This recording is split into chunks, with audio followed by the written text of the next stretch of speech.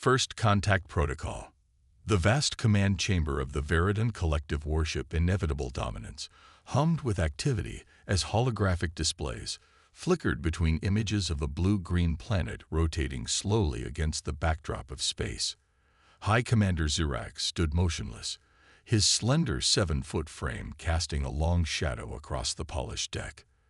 The commander's iridescent scales shifted from deep purple to midnight blue as he contemplated the world before him. Preliminary assessment complete, High Commander, announced First Analyst Mira, her 4 eyes blinking in sequence as data streamed across her neural interface. The planet designate Earth hosts approximately 8 billion sentient bipeds with Class 3 technology development. Zirax's thin lips pulled into what passed for a smile among his species. Primitive, then. Yet they've managed rudimentary space exploration and global communication networks. Impressive for creatures with such brief lifespans. Indeed, Mira continued. And there's more. Their biological profile indicates exceptional adaptability. Their species has populated every ecosystem on their planet, from frozen wastelands to scorching deserts. They demonstrate remarkable endurance and problem-solving capabilities. The gathered officers of the Veridan Elite Scout Division listened attentively. The collective had spent centuries identifying and recruiting species across the galaxy to strengthen their military might against the encroaching Hive Dominion. New conscripts were always valuable, especially those with unique capabilities. And their warfare techniques? Zirax inquired, his voice resonating with harmonic undertones that conveyed authority.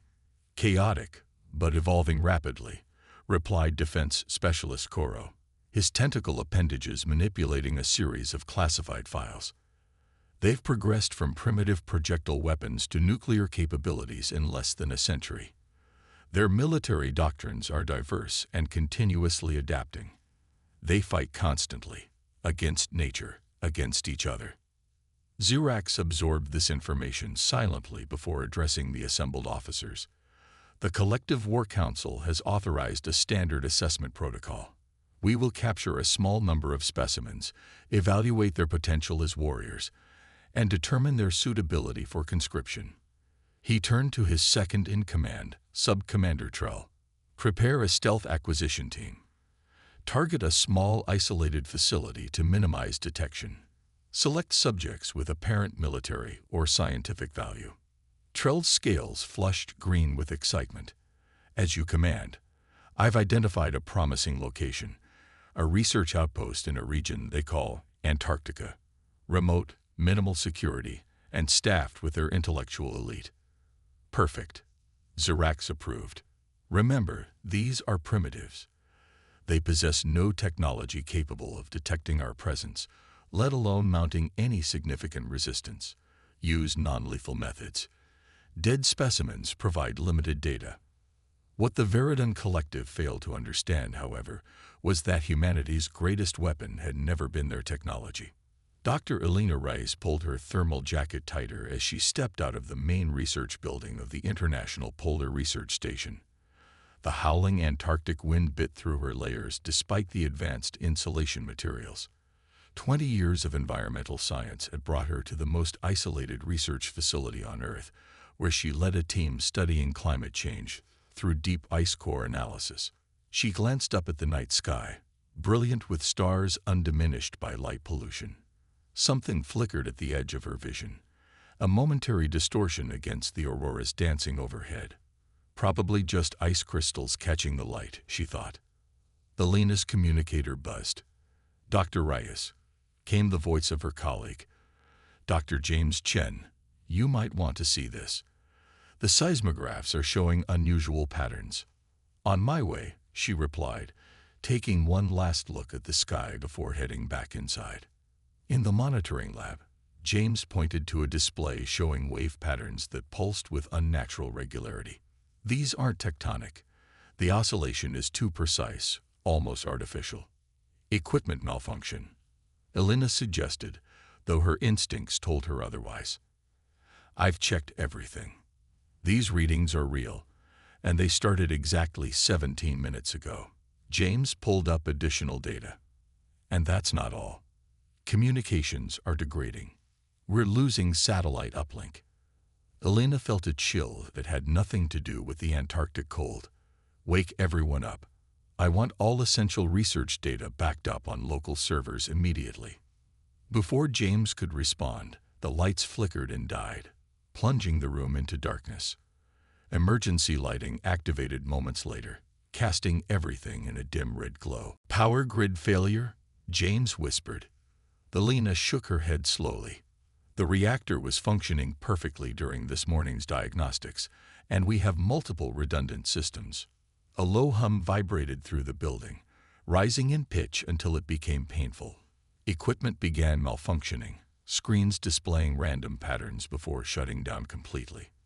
Through the laboratory windows, Elena saw a shimmering distortion in the air above the central courtyard, a rippling effect like heat waves, but it was minus 40 degrees outside.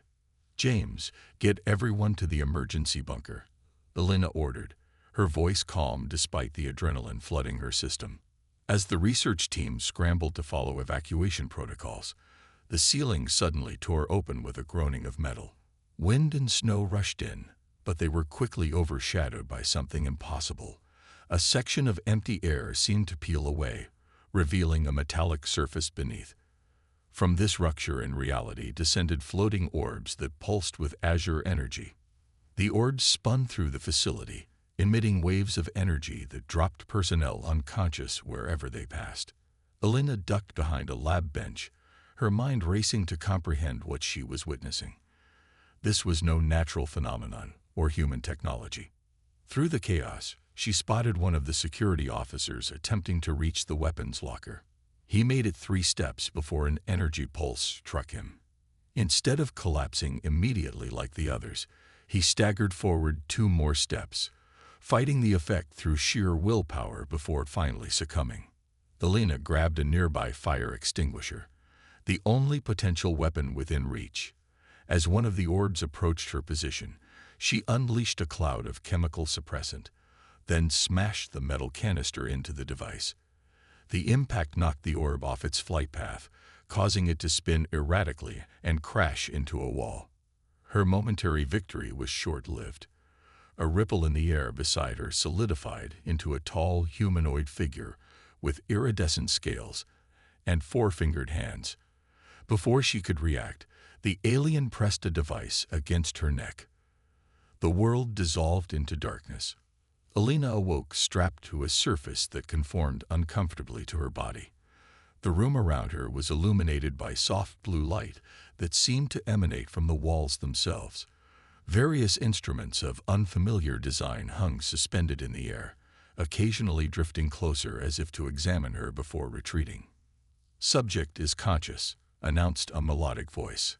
A slender alien entered her field of vision, regarding her with 4 multifaceted eyes. Remarkable recovery time. 3 standard units faster than predicted. Elena stared at the creature, her scientific mind cataloging details despite her fear. Vital, reptilian features, advanced biotech integrated with the body.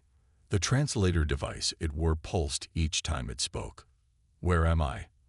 Elena asked, her voice steadier than she expected. "What do you want?" The alien tilted its head, apparently surprised by her coherence. "You are aboard the Veridan research vessel Systematic Inquiry. I am First Analyst Mira. You have been selected for assessment." "Assessment for what?" "Your species' suitability for integration into the collective military infrastructure." Mira manipulated a holographic interface floating beside her. "Your designation." Elena hesitated, weighing her options. Cooperation might yield more information. Dr. Elena Reyes, environmental scientist. "A knowledge keeper," Mira noted with apparent approval. "Excellent. Your cognitive functions will provide valuable data." Over the next several hours, Elena was subjected to a battery of tests. Physical examinations assessed her strength, reflexes, and endurance. Cognitive challenges measured her problem-solving abilities and emotional responses. Throughout it all, she maintained careful observation of her captors, their technology, and the layout of the examination chamber. When Mira left briefly, Alina tested her restraints, finding them unyielding but noticing they responded to electrical impulses from the alien's touch. Useful information. Your physical parameters are within expected ranges for your species, Mira announced upon returning, though your cognitive resistance to stress stimuli is notable. Most species exhibit significantly more fear response when faced with unknown technology and beings. We adapt quickly, Alina replied simply. So our research indicates, agreed Mira. Your species has survived multiple extinction-level events through sheer adaptability. It's your most valuable trait. Alina's scientific curiosity momentarily overrode her caution. You've been studying us for some time. The collective evaluates all potential assets thoroughly, Mira confirmed. Your planet has been under observation for approximately 70 of your years. 2 more aliens entered the chamber, including a taller one whose scales shifted color with apparent authority. From their conversation, which the translators only partially converted, Alina gathered this was High Commander Zirax. The specimens from the research facility have all been processed, the new alien reported. 17 humans captured. 12 are responding well to basic conditioning. Conditioning. The word sent a chill through Alina. And the resistance? Asked Zirax. Minimal and ineffective, came the reply. Though we lost 2 acquisition drones to unexpected tactics, 1 human used a chemical propellant device as a projectile weapon. Another overloaded our energy net by connecting it to their power generation system. Zirax approached Alina, studying her with cold calculation. This one shows promise. Begin advanced testing. I want to observe stress responses, adaptability thresholds, and cognitive reconfiguration potential. As they prepared more invasive equipment, Alina focused on a critical realization. These aliens, for all their technological superiority, fundamentally misunderstood humanity. They saw minimal resistance, where she saw the beginnings of adaptation. They categorized humans as primitives while underestimating the very traits they found valuable. And that misunderstanding would be their undoing, the unexpected variable. The days that followed blurred together as Alina endured increasingly complex and invasive tests. The aliens, who she learned called themselves the Veridan, seemed particularly interested in human pain thresholds and psychological breaking points. To their evident surprise, Alina demonstrated remarkable resilience, a quality she attributed less to personal strength and more to stubborn human nature. Explain how you maintain cognitive function under sustained discomfort, demanded Sub-Commander Trell during one particularly grueling session. Alina, exhausted but defiant, gave a tired smile. We call it spite. Sometimes humans continue functioning purely because someone told us we couldn't. The concept seemed to confuse the aliens, whose society operated on rigid hierarchical efficiency. This cultural blind spot became increasingly apparent to Alina, and she began to exploit it, intentionally performing inconsistently on tests to confuse their data collection. Between testing sessions, she was housed in a containment cell alongside other captured researchers. Despite surveillance, they managed to communicate through a code developed using chess moves. Dr. Chen had been a championship player, and Alina had enough knowledge to use the game's notation as an impromptu cipher. Through these exchanges, Alina learned that the alien ship systems operated on principles similar to quantum computing, but with biological components. The information came from Dr. Alvarez, a computer scientist who had been subjected to different tests focused on technological comprehension. They're preparing for the 3rd phase, Sub-Commander Trell informed High Commander Zirax as Alina was brought into a new laboratory chamber. Unlike previous rooms, this one contained equipment that appeared distinctly medical or surgical. Excellent, Zirax replied, his scales shifting to deep purple with anticipation. The War Council is particularly interested in their neurological malleability. Their brains form new connections at rates unseen in most species. Alina was secured to an upright examination platform as various scanning devices orbited her head. She noted the positions of the aliens, the exits, and particularly the control console that seemed to manage the room's systems. "Begin cognitive restructuring sequence," ordered Trell. First Analyst Mira hesitated, her scales flashing with concern. "Commander, preliminary results suggest human neural pathways resist standard reconfiguration. Their brains exhibit unusual plasticity, but also strong pattern preservation." "Meaning?" Zirax asked sharply. "They adapt, but on their own terms," Mira explained. "They incorporate new information without abandoning existing frameworks. It makes predictable conditioning challenging." Zirax waved away her concerns. "Increase the intensity. All species can be conditioned with sufficient stimulus."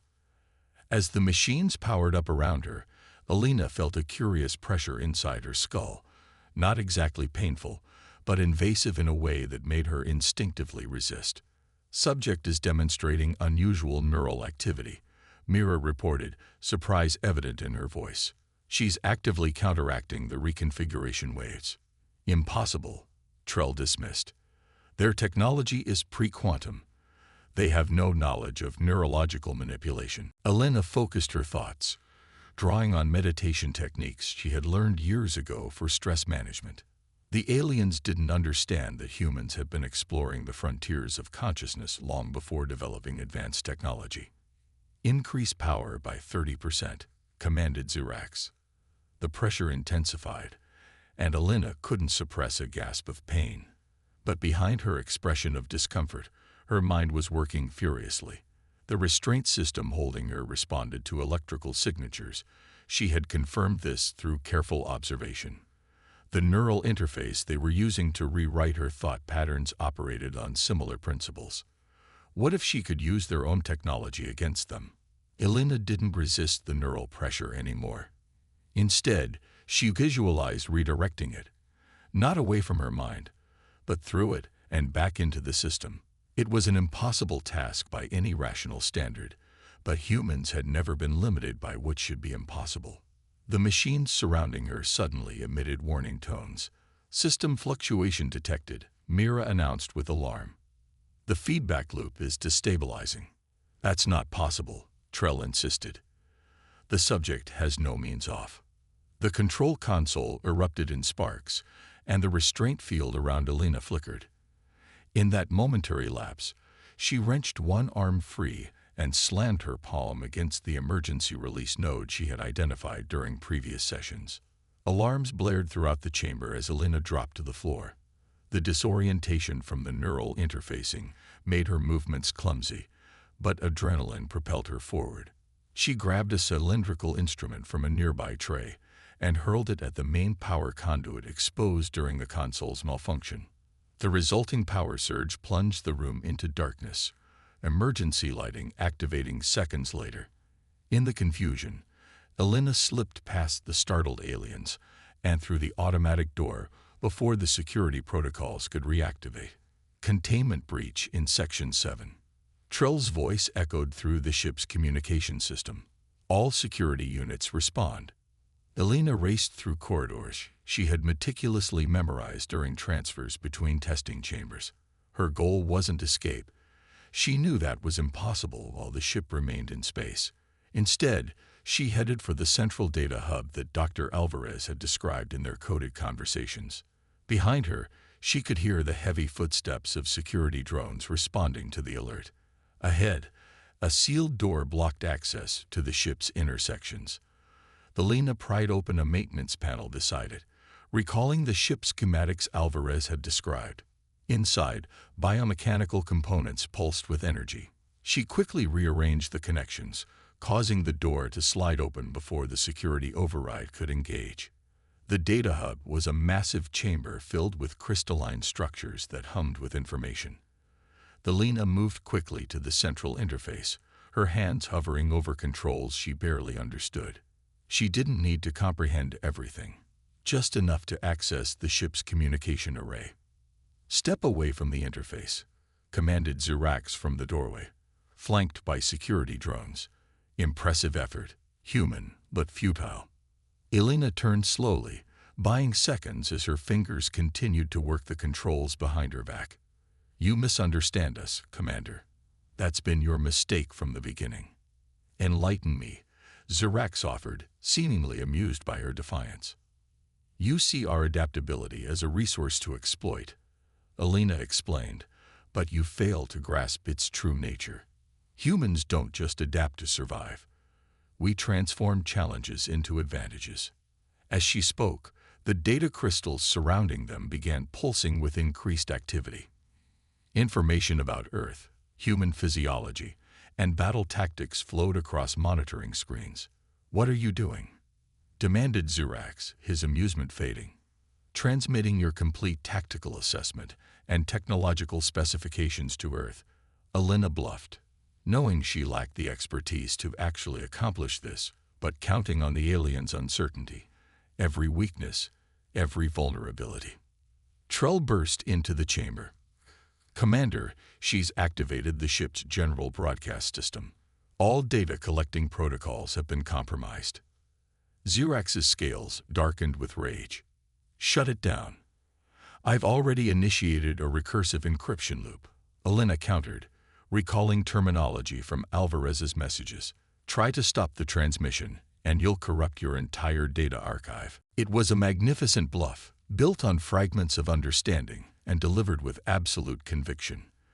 The uncertainty it created was evident in the Veridan commander's reactions. "The War Council must be informed," Trell urged Zirax. This level of cognitive warfare capability was not anticipated. Zirax studied Alina with new eyes, not as a specimen, but as an adversary. "You never intended to escape." "Escape was never the objective," Alina confirmed. "Understanding you was." 3 days later, Alina stood beside the other human captives as High Commander Zirax addressed the holographic projection of the Veridan War Council. The 7 ancient aliens who appeared before them emanated authority that transcended physical presence.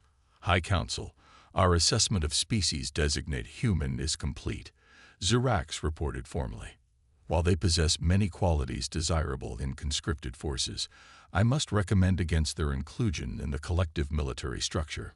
A council member leaned forward, age-modeled scales catching the light. "Explain your reasoning, Commander." "Your preliminary reports indicated exceptional potential." "Their potential is precisely the concern," Zirax replied. "Humans demonstrate unprecedented adaptability coupled with unpredictable innovation. They learn not by rote but by intuitive leaps. They develop countermeasures to threats they've never encountered through sheer extrapolation." Alina listened carefully as Zirax detailed the various tests her fellow captives had overcome. Electrical barriers bypassed, communication systems hijacked, supposedly foolproof restraints defeated. Each human had approached problems differently, creating solutions that Veridan predictive models had deemed impossible. "Most concerning," Zirax continued, "they operate as both individuals and collectives simultaneously. Unlike hive species, they maintain independent thought while working toward common goals. Unlike individualist species, they readily sacrifice personal advantage for group success." The council murmured among themselves before the central figure spoke again. "Your recommendation, Commander." "Humanity should not be approached as a potential conscript race, but as a sovereign power," Zirax stated firmly. "Attempt to subjugate them, and they will inevitably rebel, not through superior force, but through unpredictable innovation. They would be more dangerous within our ranks than as opponents." Alina couldn't suppress a smile as the realization dawned on her. The Veridan had arrived seeking weapons for their war, only to discover that humans themselves were the ultimate adaptive weapon, one too unpredictable to control. "Then what do you propose?" asked the council leader. "Diplomatic contact," Zirax suggested. "A mutual defense agreement. Offer technology exchange rather than dominance. Humanity will advance to our level within a century regardless. Better to guide that process as allies than confront it as enemies." As the council deliberated, Zirax approached Alina. "Your species is remarkable," he acknowledged. "You lack our technology and numbers, Yet you forced a civilization thousands of years your senior to reconsider its approach. That's humanity's greatest strength, Elena replied. We never accept limitations as permanent, not even those imposed by physics, biology, or vastly superior alien civilizations. The Council has reached a decision, announced the lead counselor. Return the human specimens to their world.